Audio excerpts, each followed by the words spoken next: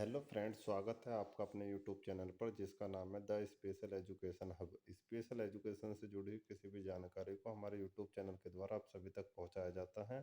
और इसी कड़ी को आगे बढ़ाते हुए हम जो आपका पेपर नंबर 7 है सेकंड ईयर HI का, उस पेपर के बारे में डिस्कस करेंगे। यह पेपर लास्ट टाइम पे हुआ था और आप जैसे कि इस स्क्रीन पर देख सकते हो, डेट है यहाँ पे 9 तारीख और 9वां महीना 2023 को। यहाँ पे ये पेपर जो है दो लैंग्वेज में है मेरे पास, हिंदी और इंग्लिश। और ये दोनों ही लैंग्वेज के क्वेश्चन को हम यहाँ पे आज थोड़ा डिस्कस करेंगे। एक बार देख लीजिए आप क्वेश्चन कि आपके थोड़ा सा समझ में आ जाएगा। हिंदी इंग्लिश दोनों के यहाँ पे हम हिंदी वाले पेपर को डिस्कस करेंगे। लास्ट टाइम पे जो पेपर है मोस्टली कोशिश ये होगी कि सारे क्वेश्चन को डिस्कस किया जाए और आगे उस पर फिर चर्चा की जाए। तो अब हम यहाँ पे जो पेपर हिंदी में होगा उसको थोड़ा सा डिस्कस करेंगे। यहाँ पे देख लेना कि लास्ट टाइम पे पेपर रिपीट हुआ था और पेपर काफ़ी अच्छा है, ज़्यादा टफ भी नहीं आता। तो यहाँ पे ट्रू फॉल्स है। पहला क्वेश्चन है, स्कूल के मुख्य अध्यापक सिर्फ प्रबंधन के लिए जिम्मेदार होते हैं या अध्यापन के लिए भी? तो ये ट्रू है फॉल्स, बहुत बेसिक क्वेश्चन है, इन पे हम ज़्यादा डिस्कस नहीं करेंगे। और आपके जो ऑप्शन वाले क्वेश्चन है इस पे भी ज़्यादा डिस्कशन नहीं होगा। क्वेश्चन यहाँ से होगा, ये जो क्वेश्चन आप हमारे स्क्रीन पर देख सकते हैं, यहाँ से 1 वर्ड वाले जो क्वेश्चन है ये ज़्यादा इम्पोर्टेंट है। और आपके यहाँ पे बहुत सारे क्वेश्चन आपको इस एग्जाम में देखने को मिलेंगे। पहला क्वेश्चन है, शिक्षा को परिभाषित कीजिए। मतलब कि यहाँ पे एजुकेशन की डेफिनेशन पूछी गई है, तो एक एजुकेशन की बहुत अच्छी डेफिनेशन है, महात्मा गांधी जी के अनुसार है कि मन, आत्मा और शरीर का समुचित विकास ही शिक्षा है। महात्मा गांधी जी के अनुसार ये डेफिनेशन है कि मन, आत्मा और शरीर के समुचित विकास को हम शिक्षा कह सकते हैं। ये आप ऐसे डेफिनेशन लिखोगे तो आपको पूरा 1 नंबर मिलेगा। सेकंड क्वेश्चन है, शिक्षा का कोई एक कार्य लिखिए। शिक्षा के वैसे तो बहुत सारे काम होते हैं कि आपके पर्सनैलिटी डेवलप करना, अच्छे नागरिक बनाना, तो जो भी आपको ठीक लगे वो ज़्यादा बेटर होगा। उसके बाद थर्ड क्वेश्चन है हमारा, क्योंकि ये पेपर लास्ट टाइम वाला है, प्रीवियस ईयर क्वेश्चन पेपर है, तो मोस्टली कोशिश होगी या देखा भी जाता है कि लास्ट टाइम वाले क्वेश्चन बहुत ज़्यादा रिपीट होते हैं। थर्ड क्वेश्चन है, औपचारिक और अनौपचारिक शिक्षा के बीच में अंतर। अगर आप इस क्वेश्चन को लॉन्ग क्वेश्चन के रूप में पढ़ेंगे तो बहुत अच्छा आपके नंबर आएंगे।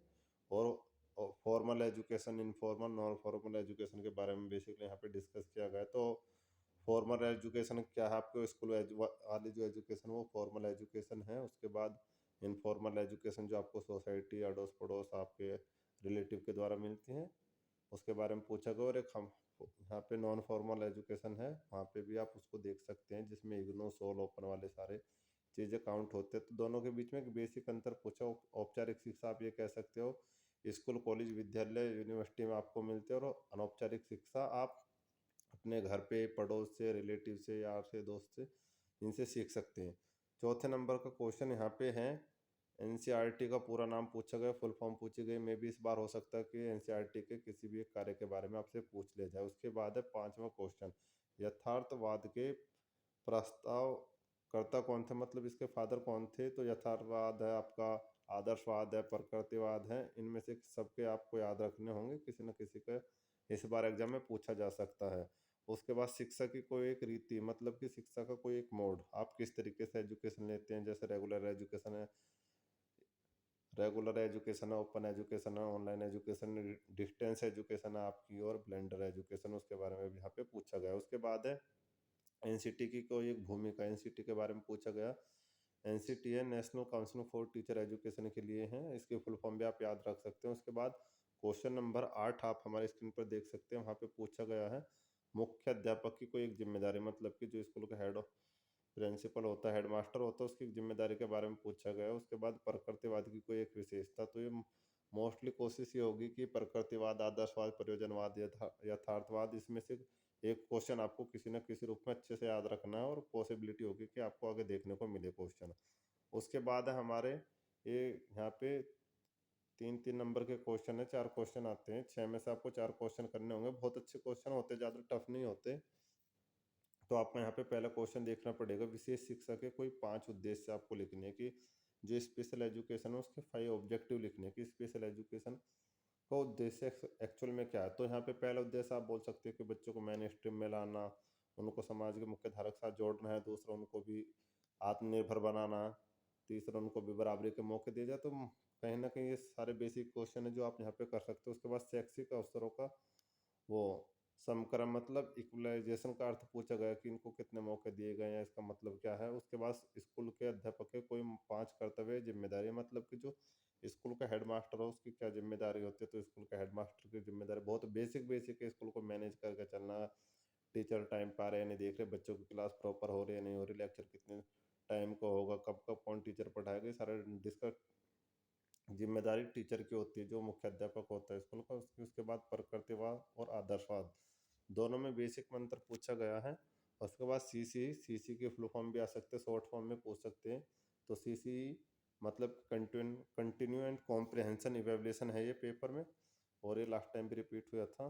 तो लास्ट टाइम वाले पेपर को हम डिस्कस कर रहे हैं। उसके बाद आरपीडब्ल्यूडी में शिक्षा के प्रावधान, जो आपका आरपीडब्ल्यूडी एक्ट 2016 में आया, उसमें 21 डिसेबिलिटी है, 4% रिजर्वेशन है किसी भी गवर्नमेंट जॉब के लिए, और 5% रिजर्वेशन है एजुकेशन इंस्टीट्यूट में, कि अगर बच्चों को एडमिशन लेने के लिए जाता है तो वहाँ पे उसको 5% का रिजर्वेशन है, जो आप इसमें बेसिकली लिख सकते हैं कि इन बच्चों को मिला हुआ है। उसके बाद जो लॉन्ग क्वेश्चन है, बहुत इंपॉर्टेंट क्वेश्चन है, उनमें भी पॉसिबिलिटी होगी कि एक ना एक क्वेश्चन आपको पेपर में देखने को मिले। तो यहाँ पे जो हमारा पहला क्वेश्चन है, विशेष शिक्षा के दार्शनिक आधार को विस्तार से स्पष्ट कीजिए, कि जो स्पेशल एजुकेशन को लेकर फिलोसफी रही है उसके बारे में यहाँ पे आपको एक्सप्लेन करना है। सेकंड क्वेश्चन है, विशेष शिक्षा की संकल्पना की चर्चा कीजिए।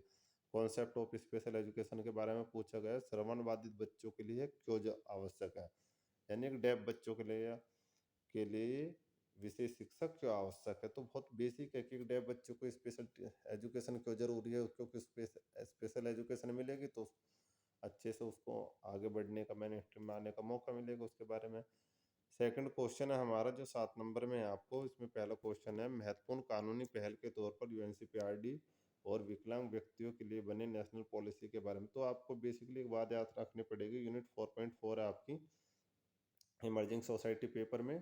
तो उसमें बहुत सारी एजुकेशन पॉलिसी के बारे में दिया गया। तो पहली एजुकेशन पॉलिसी हमारी 1968 में आई थी, उसके बाद 1986, और उसके बाद 2020। तो किसी भी एक एजुकेशन पॉलिसी को आप अच्छे से याद कर लीजिए। मे भी एक क्वेश्चन ये आता है कि किसी भी एक एजुकेशन की पॉलिसी है उसके बारे में आपको लिखना पड़ेगा। तो किसी भी एक एजुकेशन पॉलिसी के बारे में आप लिख सकते हैं बेसिकली। तो आप 2020 को ज़्यादा याद करेंगे, वो ज़्यादा बेटर होगी। उसके बाद शिक्षा का स्वरूप और उभरती हुई प्राथमिकताओं की चर्चा कीजिए, कि हमारे जो एजुकेशन का स्वरूप है रूप वो कैसा हो रही है, उसको कितना मौका मिल रहा है आगे, वो कितनी उभरती हुई चल रही है। प्राथमिक यानी उसकी जो बेसिक चीज़ है या शुरुआती चीज़ है उसका, उसके बारे में यहाँ पे डिस्कस करना। तो ये आपका प्रीवियस ईयर का क्वेश्चन पेपर था, education emerging society, second year का पेपर था एचआई का। आप इस पेपर को देख के जाइएगा, और मोस्टली क्वेश्चन आपको इसमें से रिपीट हो जाएंगे। जय हिंद, धन्यवाद।